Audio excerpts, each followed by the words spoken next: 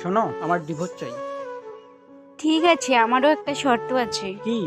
আমি তোমাকে 1 মাস পরে ডিভোর্স দেব। আর যেমন করে তুমি এই বাড়িতে প্রথম দিন নিয়ে এসেছিলে, সেইভাবেই এই 1 মাস আমাকে কোলে নিয়ে আসতে হবে। ঠিক আছে, যেটা তোমার ইচ্ছে। দাঁড়াও, মনে আছে না তোমার? এত বেশি ওজন হয়ে গেছে এর? আজকে 10ম দিন, মনে আছে না তোমার? আরে এর ওজন এত কমে গেছে? ছাড়ো, তাতে আমার কি। দিন দিন এর ওজন কমে যাচ্ছে কেন?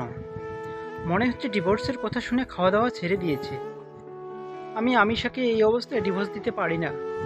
আমিষা, আমি তোমাকে তালাক দিতে চাই না, তুমি শুধু ভালো থাকো, এটাই। আমিষা, ব্লাড ক্যান্সারের লাস্ট স্টেজ এটা। হ্যাঁ ডাক্তার, আমার জীবনে এই কয়টা দিন আমি স্মৃতি হিসেবে রেখে দেব।